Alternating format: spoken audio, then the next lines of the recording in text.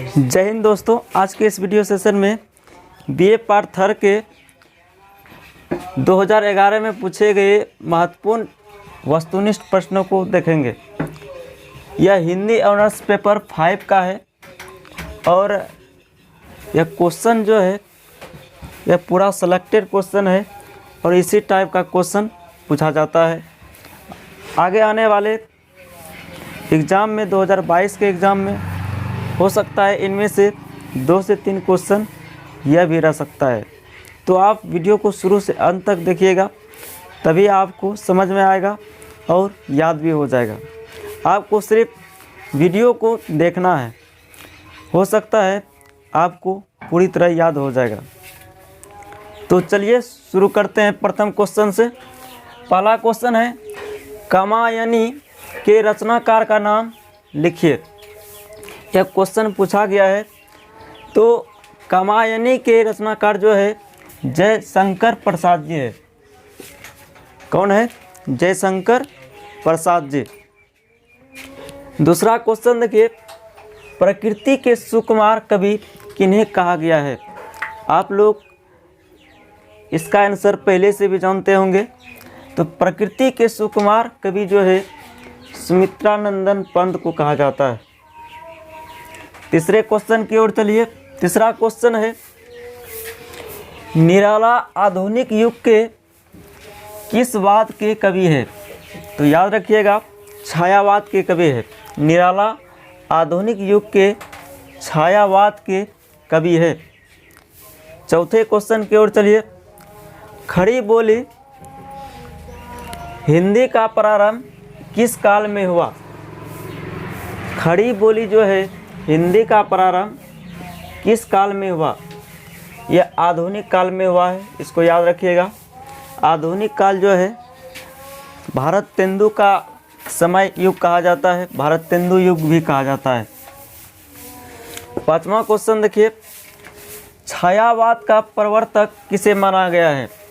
तो यह क्वेश्चन हर बार पूछे जाते हैं। 2010 में भी पूछा गया था। पिछले वीडियो सेशन में हमने बताए थे छायावाद का प्रवर्तक किसे माना गया है। तो याद रखिएगा, जयशंकर प्रसाद को। छायावाद का प्रवर्तक किसे माना गया है? जयशंकर प्रसाद को। अगले क्वेश्चन की ओर चलिए। भारत तेंदु ने सभी उन्नति का मूल किसे माना है? भारत तेंदु ने सभी उन्नति का मूल जो माना है, भाषा की उन्नति को माना है। किसको माने हैं? भाषा की उन्नति को।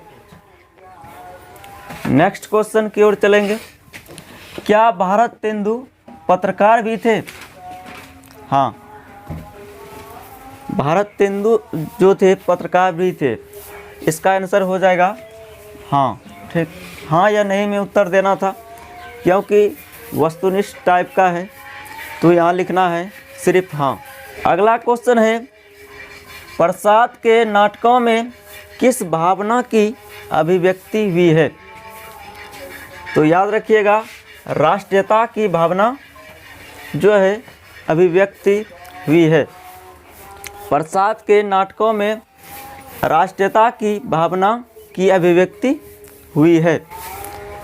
9वां क्वेश्चन देखिए, पंत को उनकी किस रचना पर ज्ञानपीठ पुरस्कार प्राप्त हुआ है? सुमित्रानंदन पंत को ज्ञानपीठ पुरस्कार से भी सम्मानित किया गया है। तो बताना है सुमित्रानंदन पंत को उनकी किस रचना पर ज्ञानपीठ पुरस्कार प्राप्त हुआ था? पल्लवन। याद रखिएगा, आंसर क्या होगा? पल्लवन। ये था खंड ए का। अब खंड बी में देखते हैं, व्याकरण से भी क्वेश्चन पूछे जाते हैं। तो 10वां क्वेश्चन है, पाणिनि कौन थे? आपको पता होगा पाणिनि जो है व्याकरण के जनक है। तो इसका आंसर लिखना है पाणिनि व्याकरण के जनक थे। 11वां क्वेश्चन देखिए, भाषा परिवर्तनशील है, क्या आप इससे सहमत हैं? हाँ, भाषा परिवर्तनशील है। हाँ, इससे हम सहमत हैं। सिर्फ हाँ आंसर लिख देना है इसका। अगले क्वेश्चन की ओर चलिए। टो वर्ग की ध्वनियों का उच्चारण स्थान क्या है? टो वर्ग जो बोले जाते हैं तो उसका उच्चारण स्थान बताना है। पिछले वीडियो सेशन में हम को वर्ग का उच्चारण स्थान बताए थे। ठीक, 2010 में पूछा था को वर्ग का उच्चारण स्थान।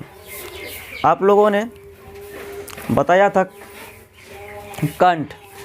तो याद रखिएगा, टो वर्ग की ध्वनियों का उच्चारण जो है मूर्धा है। क्या है? मूर्धा। टो वर्ग की ध्वनियों का उच्चारण स्थान मूर्धा है। अगले क्वेश्चन की ओर चलिए। अगला क्वेश्चन है, हिंदी स्वर की संख्या कितनी है? हिंदी में स्वर जो है कितने होते हैं आपको बताना है। तो याद रखिएगा, हिंदी में जो स्वर होते हैं 11 होते हैं, और संस्कृत में जो स्वर होते हैं 13 होते हैं, और अंग्रेजी में जो स्वर होते हैं वॉवेल होते हैं 5 होते हैं। इसको याद रखिएगा, कोई भी क्वेश्चन पूछा जा सकता है। तो हिंदी स्वर की संख्या कितनी है? 11 है। अगले क्वेश्चन की ओर चलिए। अगला क्वेश्चन है, जिन ध्वनियों के उच्चारण में मूर्धा की सहायता ली जाती है उसे क्या कहा जाता है? जिन वर्णों का उच्चारण मूर्धा से हम करते हैं उसे कहा जाता है मूर्धन्य वर्ण। इसे क्या कहा जाता है?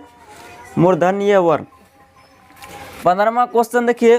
15वां क्वेश्चन है, ग्रीक किस वर्ग की शाखा है? तो याद रखिएगा, भारोपीय की शाखा है। अगले क्वेश्चन की ओर चलिए। द्रविड़ परिवार की एक भाषा का नाम मलयापल्लम है। क्या है? मलयापल्लम। इसको याद रखिएगा। अंतिम क्वेश्चन है 17वां क्वेश्चन, भारतीय आर्य भाषा को काल के आधार पर कितने वर्गों में बांटा गया है? तो याद रखिएगा, 3 वर्गों में बांटा गया है। भारतीय आर्य भाषा को काल के आधार पर 3 वर्गों में बांटा गया है। तो प्यारे साथियों, 2011 में पूछे गए सभी वस्तुनिष्ठ प्रश्नों को हमने बता दिए हैं। मिलते हैं किसी नेक्स्ट वीडियो में, तब तक के लिए जय हिंद, वंदे मातरम।